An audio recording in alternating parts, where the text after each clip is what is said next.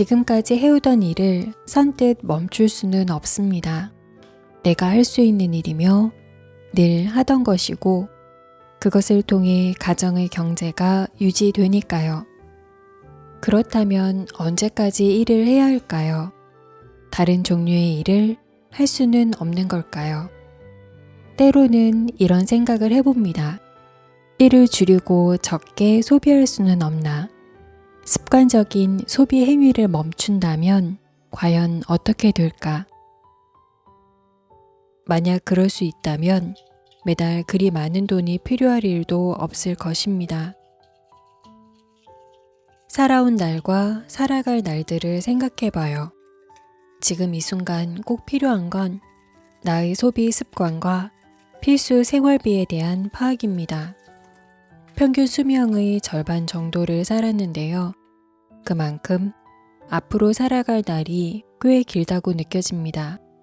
경제력이 중요하듯 행복도 중요한 시점이에요. 직업과 경제 활동에 대한 고민은 결국 좀 더 행복하기 위해서인데요. 이제는 행복을 나중으로 미루고 싶지 않습니다. 행복하기 위해서는 우선 행복에 대한 정의가 필요해요. 즉, 스스로가 생각하는 행복의 기준이 무엇인지 명확히 할 필요가 있습니다.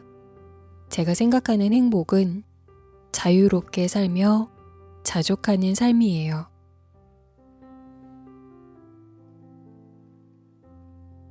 한때는 멋진 옷을 사고 값비싼 핸드백을 손 안에 넣으며 행복하다고 여기던 때가 있었어요. 한때 저의 경우 그 행복의 감정 이면에는 언제나 남과의 비교와 우월한 기분, 그리고 시기 질투가 있었습니다. 미니멀 라이프를 통해 내 생활에 필요한 물건과 불필요한 것을 구분하고 사용하지 않는 물건은 집 밖으로 내보내요. 그 실천이 길어지면서 생긴 긍정적인 변화가 몇 가지 있는데요. 우선 물건에 대한 욕심이 줄어듦을 느낍니다. 또한 물건을 선별할 때 남의 기준이 아닌 내 기준만 생각하면 돼요. 내가 좋아하는 색과 디자인인지 나에게 꼭 필요한 물건인지 고민하다 보니 스스로에게 애정을 갖기 시작하고 나 자신이 좀 더 소중해집니다. 그리고 그 과정에서 나도 모르게 크고 작은 행복이란 감정을 느끼고 있어요. 이처럼 제가 행복하게 된 계기는 바로 물건 비움입니다. 넘쳐나는 물건을 비워보세요. 더 이상 수납할 수 없을 만큼 꽉 찬 옷장과 몇 년간 읽지 않은 책으로 가득한 책장을, 각종 화장품이 빼곡하게 놓인 화장대 앞을요.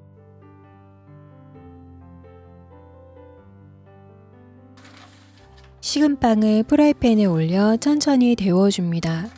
전통 무쇠팬으로 바꾼 지 얼마 되지 않았는데요.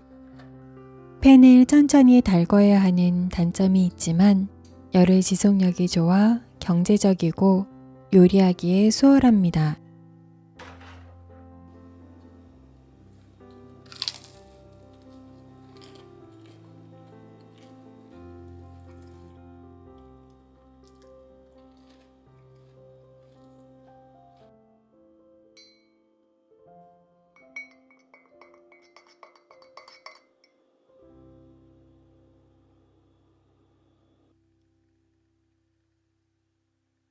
싱크대 청소용 수건을 식탁 의자에 걸어 말리는데요. 다 마르면 고리와 손수건을 싱크대 근처의 제자리에 수납합니다.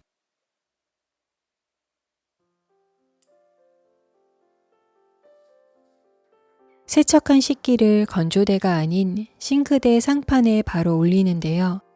그러기에 상판을 더 자주 닦게 되고 식기도 그때그때 곧 정리하는 습관을 가지게 됩니다.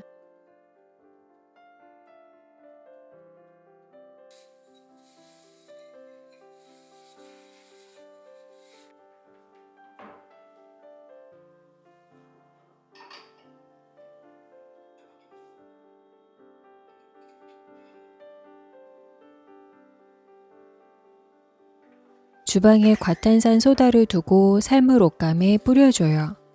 백인잇에는 얼굴과 머리에 기름이 묻어나기에 주기적으로 삶아주면 개운합니다.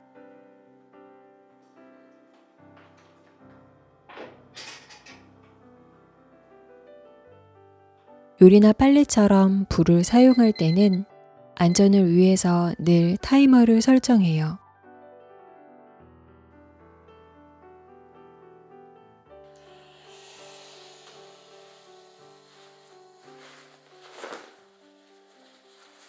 매일 조금씩 미니멀 라이프. 순백의 집에서 정갈하고 아름다운 삶을 살고 있는 미니멀리스트를 접합니다. 그들의 삶을 바라보며 동떨어진 기분이 들기도 해요. 한데 미니멀 라이프는 결코 다른 이에게 보여지는 것이 전부가 아닙니다. 설령 아름다운 집에 살고 있지 않다고 해도 상관없어요. 지금의 공간과 상황 하에서 나 스스로를 돌아보며 매일 조금씩 변화하는 것이 중요합니다. 실천을 통한 내 마음과 공간의 변화는 그 누구도 아닌 오직 나만이 알고 있는 가장 값진 경험이에요. 내 생활 속의 불필요한 물건을 찾아내 하루에 하나라도 베어내고 어제와 달라진 오늘의 나를 칭찬해 주세요. 소중한 것만을 남기려는 노력은 분명 세상에서 가장 소중한 존재인 나 자신을 발견하게 해줍니다. 나 자신을 아낄 줄 알아야 다른 이도 소중히 할 수 있어요. 오늘도 저의 영상을 끝까지 시청해 주셔서 진심으로 감사드립니다.